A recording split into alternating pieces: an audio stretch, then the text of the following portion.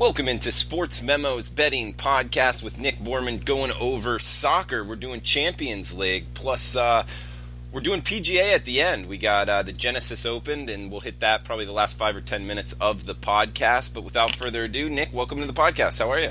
I'm doing well, Drew. How about yourself? I'm doing good. You know, it's Wednesday. It's February 13th, guys out there. If you got your girlfriend, your wife and your girlfriend, don't forget tomorrow is Valentine's Day. So, Nick, are you prepared? Oh, yeah. Thanks for the reminder. Can we postpone this for a second? I got to run out to the store. I'll be right back. It's all right. You still got a day, man.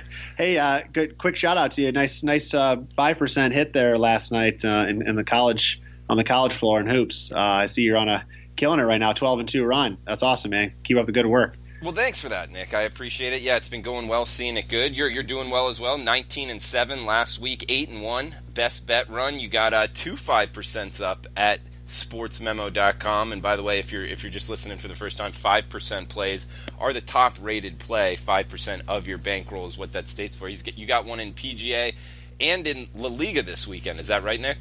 Yes, yeah, I have a special package up for golf this week. Tournament starts tomorrow, the Genesis Open. I got a 5% play, which we always sell for $30. But I'm including all my picks, which is 5 other picks, PGA picks this week, included when you buy that 5% play. So that's up on the site.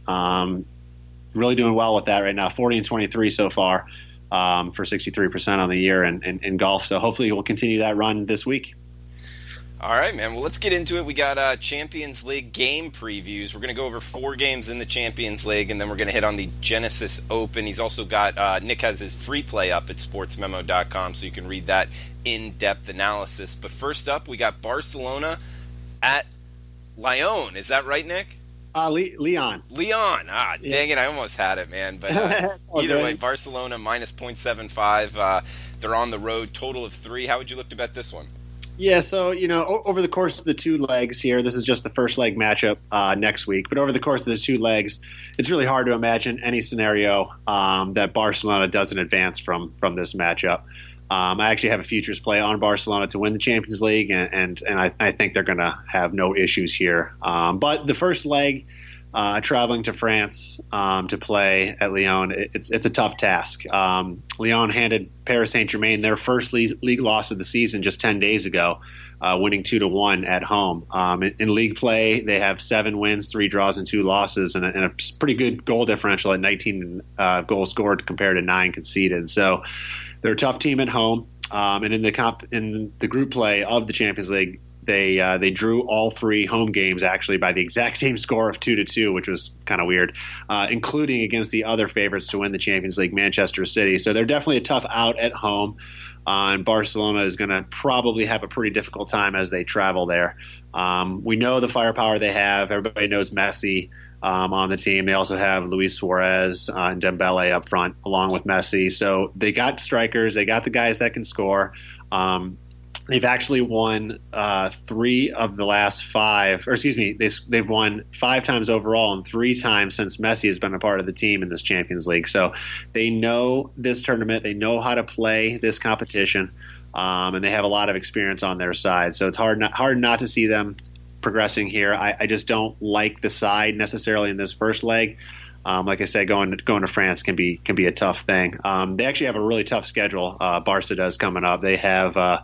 They got Sevilla coming up next week, and then they got Real Madrid twice, once in their second leg of the Copa del Rey match, and then they have the famous, what they call the El Clasico, which is their 2 La Liga games they play against each other every year. So, of course, they're going to make the Champions League priority number 1, as it always is, but they do have a tough schedule coming up. But that kind of brings up a good point I wanted to hit on about this time of year and betting on soccer, especially these big European teams, the best teams out there. So there's a lot going on with schedules. They have their regular domestic leagues, they have their Champions or Europa League matches, and then there's also domestic cup matches going on. So there's 3 different kind of competitions going on at one time. So with that many games, you're talking 2, sometimes 3 in a given 7 or 8 day stretch. Teams will often rotate their players in and out and kind of prioritize one competition over the other.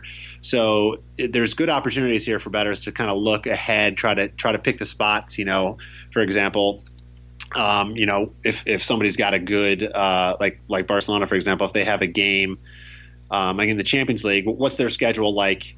The weekend before that matchup, are they playing somebody weaker in the table? Are they playing somebody strong on the table? Do they have an opportunity to rotate their side, and then trying to get ahead of that and see if there's value in the line, on assuming that they're going to do some lineup changes, because a lot of these teams will stick to the same kind of strategy, and they're not shy about announcing what they're doing. The managers will come out and say, "Hey, we're not going to look at this match this weekend as a priority. We're going to focus on the Champions League match next week, or we're going to focus on this league match over this smaller cup match," and they kind of come out front and tell you what they're going to do. So you try to get ahead of that before the markets do. The markets set the lines, like, for example, kind of like the NFL, the lines for next weekend's games come out on Monday.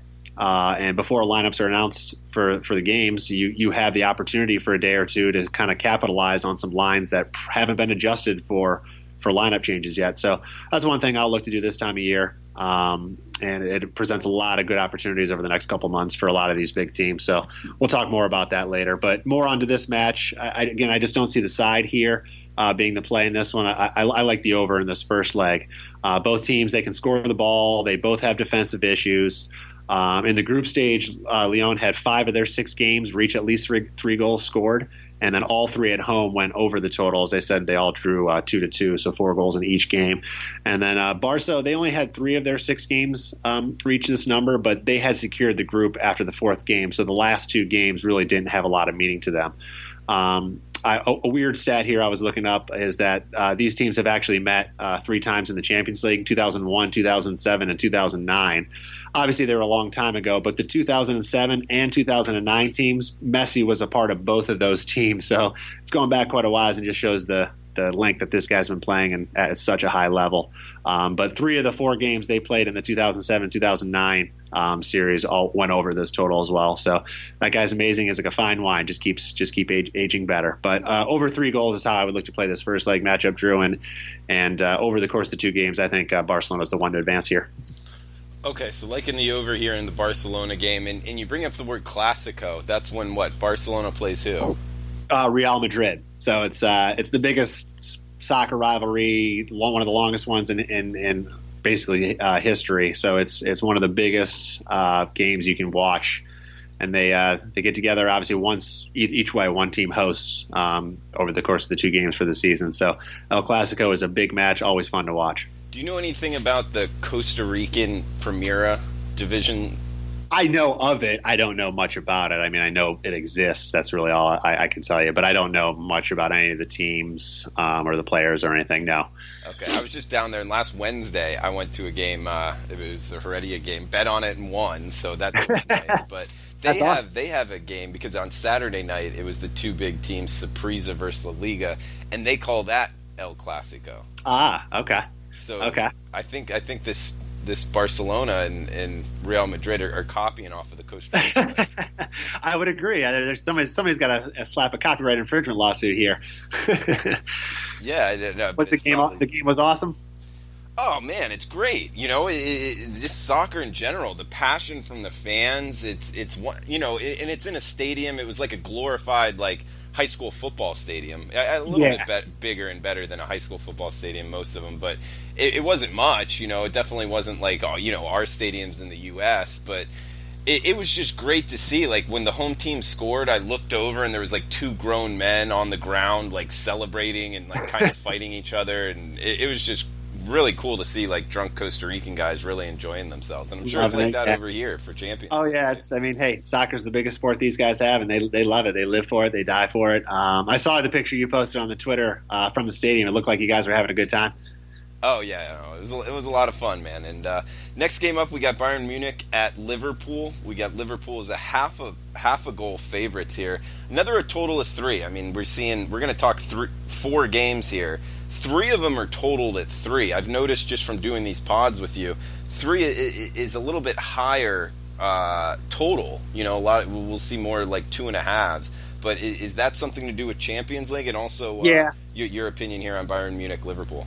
Yeah, the 3 goal line is you're talking Champions League, the best teams in the league, who have the best attackers, the best strikers out there. So these guys can score goals. But don't get me wrong, most of them, the reason they're also the best is because they have pretty good defensive teams as well. But 3 is a common number just because of the names that these guys have when you're playing with Bayern Munich and Liverpool, are 2 very storied franchises and are very good on their domestic leagues. Liverpool is number 1 in Premier League. Bayern is currently second in the Bundesliga, but they're 6-time reigning champions. So, I mean, these guys have the biggest names out there, so the totals are always set a little bit higher. This matchup, honestly, this is both teams kind of got unlucky here in drawing each other in this first round. It sucks that we're going to have to see either one of them go. I think we'll see probably the exact same line when the game reverses back to Germany for leg 2, where Bayern will probably be favored by half a goal at home. But this one's tough for me. Both teams have been playing great. Bayern had a little stretch earlier in the season where they struggled, but they were injured pretty severely. But they're back to full health. They look good. Liverpool playing at Anfield is just really, really, really tough to beat. They're undefeated there this year in the Premier League with 11 wins, 2 draws. In group play, they won all 3 games at home, beating very good teams in Paris Saint-Germain and Napoli. And notably, they actually lost all 3 games on the road. So it just shows it's such a good indicator of like how good they are when they are at home. So Liverpool, as I mentioned before about defenses at this stage, they own the second best defense in the league, along with the second best offense in the Premier League. And they've only conceded 15 goals at home 15 goals overall in 26 matches this year. Their back line's led by Virgil van Dijk, who's just having an incredible year. And he's a contender for Player of the Year in the Premier League, which defenders rarely get that mention. So it just really goes to show how well that guy's been playing and holding that back line for Liverpool together. But regardless, Bayern, they own one of the best attacking fronts in all of football. They, like I said, did go through some injury issues earlier this year, but they're back full healthy now. But the good thing for them was they've been around so long. They have an older team. The guys Frank Ribery, Arjen Robben have been on that team for basically a decade. And they were both injured for a while, and it let some younger guys come up on the team. Kingsley Coman, Serge Gnabry are 2 young guys that got some opportunities to play while those guys were out. And you know what? They played well. And all indications right now are that these younger guys are actually going to start this match over Ribery and Robben. I believe Ribery, he'll be back for this match, but Robben, I think, is still going to be out. But it just goes to show that even with these guys back, I think the tide has kind of turned into a younger generation, which it needs to. Obviously, you gotta look to move on from your aging stars at some point. So it was good for them to get some younger guys out there playing, and it'll be exciting to bring some new fresh blood into Bayern and see how they do here. But this one for me, I could see either team winning it. If they play 10 times, each team probably wins 5 times, or maybe there's a couple draws in there. But I think it's going to be very evenly played. I'd lean towards Munich at the +5 half a goal number just because they're such a close match. It's hard not to take that extra half a goal. But right now, I'm probably just going to sit on the sidelines in this match as far as betting goes and kind of watch it, try to see how these teams play each other, and wait for the second leg to see if there's any betting opportunities as it goes back to Germany. I may throw a couple pizza and beer dollars on the draw, which is actually about +250 right now because I think that's a likely scenario here. But otherwise, this one's hard for me. I think if there's any games, this will be on TV. The nice part about the Champions League for us here in the States is that the games are on TNT. So actually today there's a game on. Should be Real Madrid Ajax. Should be on TNT. So it gives us those in the States a lot of chances to get exposure to some of these European teams. But I recommend watching this one next week. It should be an awesome match. All right, Nick. And Nick has his free play up, Frankfurt at a name I don't even want to go at, but it's on his homepage, sportsmemo.com, in the Europa League, so check that out. 5% top-rated La Liga crusher up at sportsmemo.com. And he's also got his 5% in the PGA Tour Genesis Open up at sportsmemo.com. And if you buy it, normal price $30, you get all of his golf picks for the week. We're going to throw it all in with that one package. It's the PGA Tour Genesis Open 5% top-rated play at sportsmemo.com. from Nick. Nick, we got two more games here. Juventus at Atletico Madrid. This is a pick'em, total of 2. Yeah, so you hit it right there. Total of 2. Full goal less than the other 2 games we covered already. These 2 teams are all about defense. Juventus, unless you haven't been following any soccer, or maybe you're living on a rock, even if you don't follow it, you probably know that they signed Cristiano Ronaldo at the beginning of the season, and they did that for one reason. That's to win this tournament. They've won this Italy Serie A for the last 6 years. They've done everything they can do there and proven they can win domestically, but they've come short, been close, but have fallen short in the Champions League the last few years. They were actually knocked out of the tournament by Real Madrid each of the last 2 years, who ended up going on to win the thing. So they've always had a good defense. They've always had good players up front, but now they brought Ronaldo on to be that great player and that guy that can finally score a goal when they actually get down or they need one near the end of the game. So it'll be really fun to watch how they progress through this tournament this year. But again, defense is the name of the game here with these 2 teams. Juventus, they lead Serie A by a whopping 11 points already in the league. And they've only allowed 15 goals in 23 matches, and they've yet to lose a game in Serie A right now, 20 wins and 3 draws. Just shows how strong these guys really are. Atletico Madrid from Spain's La Liga, they've been a defensive team in that league and one of the best for years. And this year is no different. They're leading the league with just 17 goals allowed in 23 matches. And that includes, they actually just gave up 3 goals in their last game, losing 1-3 against Real Madrid, who's really come on over the last few weeks. And they actually lost their game before that, 0-1 at Betis. So they lost their last 2 games, but they were on a 19-game unbeaten run before those back-to-back losses. So that's not really the omen you want when you coming into a match against Juventus, is you're struggling to score and you're giving up some goals the last couple matches. So they do have a match this upcoming weekend against Rayo Vallecano. So it'll be interesting to see how they rebound and try to get prepared for Juventus next week when they play on Wednesday. But right now, I think the value and the form is with Juventus as a pick. A pick in soccer is if the teams draw, which is a common scenario, then your bet's just going to be a void. So the only way you lose this is if Atletico Madrid wins outright. I just don't see that happening. I think a draw is another likely scenario, so it might be worth throwing a few bucks on, but it's priced a lot lower at plus 175. So you can see that the odds makers kind of think that that's a very likely scenario here as well. But both teams are very similar. They're possession-minded, slower pace. They like to pick their opponents apart with quick passing and tactical runs into the box when the opportunity is there. But they rarely ever force anything, which is why you see these totals. Both not only in this game, but even in their domestic league games, you often see, especially Atletico Madrid, you see totals at 2.25 almost week in, week out. It's hard not to jump on the over because the total seems so low, but like I said, they're so good at defense. I could see a 1-1 or 1-0 scoreline here. Juventus, they have a rather easy game this weekend coming up. They're playing lowly Frosinone.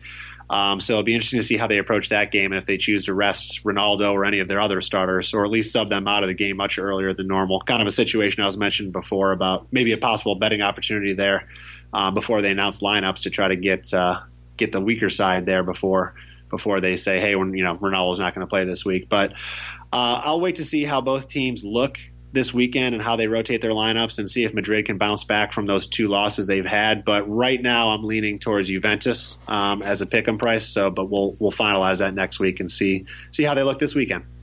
All right, Nick, we got last game up, Manchester City minus a goal and a half at Shalik, I believe, total of 3. You can correct me on the last team and your view on Man City. Yeah, so this one is pretty simple. City should have no problem advancing from this matchup. Schalke is lucky. You get into this tournament based on last year's results, and they had a decent year last year to be able to qualify for this tournament, and then they were lucky enough to be put in a rather weak group. Because when you're in group stage, the 4 teams, only 2 advance to get into this knockout round. And they were lucky enough to get into pretty much the weakest group in all of the group matches to get here as well. But Schalke, they've really struggled this year. They're 14th in the standings in the Bundesliga, and they have no chance of being in this competition or the Europa League next year. So They're going to be a one and done here. They only have 6 wins right now in 21 league matches this season, and really have struggled to score all year with just 25 goals on the year. I see them really struggling to score against City. City's just great at possessing the ball. They own the highest possession rate in the Premier League. Their defense has been solid all year. They've only conceded 9 goals on the road in 13 league matches this year. And thus only 3 road games have gone over this total of 3. If this line creeps to 3.25, 3.25, I would look under, but I don't think it will. I think it'll probably stay right where it is. So I like City to cover this line at 1.5 goals. I think they win either 2-0 or possibly 3-0 with a clean sheet against Schalke. Schalke does not look like the team that got them here last year to qualify. Like I said, they're playing terribly this year. And City, look, they're one of the favorites to win this tournament for a reason. I don't see much chance and much worry here that the German side is going to give them. So I think this is going to be an easy one for City. I think laying the full goal and a half here is the way to go on this one, Drew. All right, and guys, you can check out sportsmemo.com. Nick has his PGA Tour Genesis Open 5% top-rated play up, and you get all of the plays with that package. And Nick, just to finish it up, any quick thoughts here on the PGA Tour this weekend? Yeah, Genesis Open. So Riviera Country Club is where they're going this week. Quick recap from where is that? Riviera is in California. Okay. So right now they're on their West Coast swing. They play 4 tournaments all in California. Well, actually, there's one of them was in Arizona, but they're all on the West Coast right now because this time of year you're not going north to play a lot of golf. So they're playing down there where it's warmer. Last week, quick recap on the Pebble Beach. Phil Mickelson shot a bogey-free 7 under to come back and win the tournament, which is awesome for him. I had a good week as well, going 4-1 with an easy best bet winner on Jason Day over Dustin Johnson. He was completely undervalued at plus 150, so it was nice to cash a 4-unit play on that price. But this week, as these guys move to Riviera, this course, listen, every week having experience on the particular course you're playing is important, but this is probably one of the most important ones with that. I was just reading yesterday, there's a great stat that in the last 13 years here, only one player has won this event, having played here less than 5 times. Bubba Watson, he's a defending champion here. He's actually won this event 3 times in the last 5 years, but it took him until his 7th try here to earn his first win. So you got to have experience when you're coming to Riviera to win. Tiger's back in the field this week. This is just the one place he has not figured out in his career. This is now his 12th start here at Riviera, and it's the only course he's played more than 4 times in his career, and he's not won. So it's pretty remarkable to think about.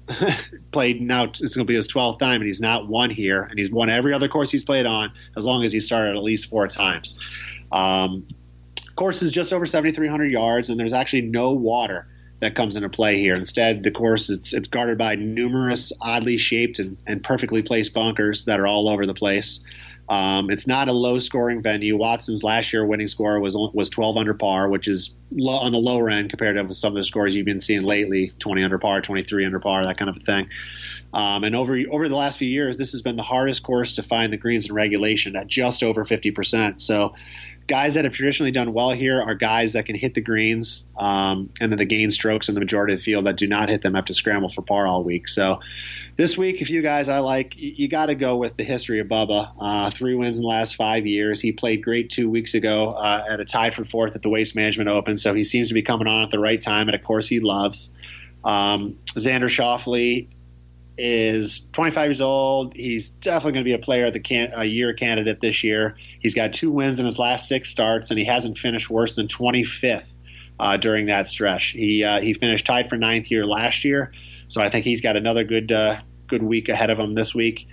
Dustin Johnson, we bet against him last week. I think he's going to return to form this week. He actually was coming from Dubai the week prior, so I blame a lot of last week on some jet lag coming halfway around the world. But I think he'll return to form here. He won this event 2 years ago. And then Phil, I think he's got a chance to go back-to-back here. He's made 9 of 9 cuts at Riviera. He has won twice, and he's got 2 other runner-up finishes here. And he just loves this West Coast swing this time of year on the tour. He could have won 3 weeks ago. He had the lead going into the final round. Ended up finishing second, won last week, and loves Riviera. So I think he's another guy that you got to look out for this week. But as you mentioned before, I got a 5% top play up on sportsmemo.com right now, and I'm including all 6 picks this week in the PGA Tour with purchase of that play. So hope you continue the hot run here we've had on the tour. And for the first time this year, where I'm at, the weather broke a little bit. I was actually able to get on the golf course last week, and it was nice. First time swinging the clubs in about 2.5 months. So it's finally nice to get out. Hopefully there's more of that to come this year. Yeah, good stuff, Nick, and glad you enjoyed it. And hopefully there's more of the winning to come this year. You're 19-7 last week, 8-1 best bet run. You got 2 best bets up at sportsmemo.com. Guys, check it out for just $30. You get all of his golf plays with that 5% selection. He's also got his La Liga Crusher up there for Saturday's soccer action. Good luck to everyone out there tonight. We'll be back tomorrow talking NBA and college basketball betting.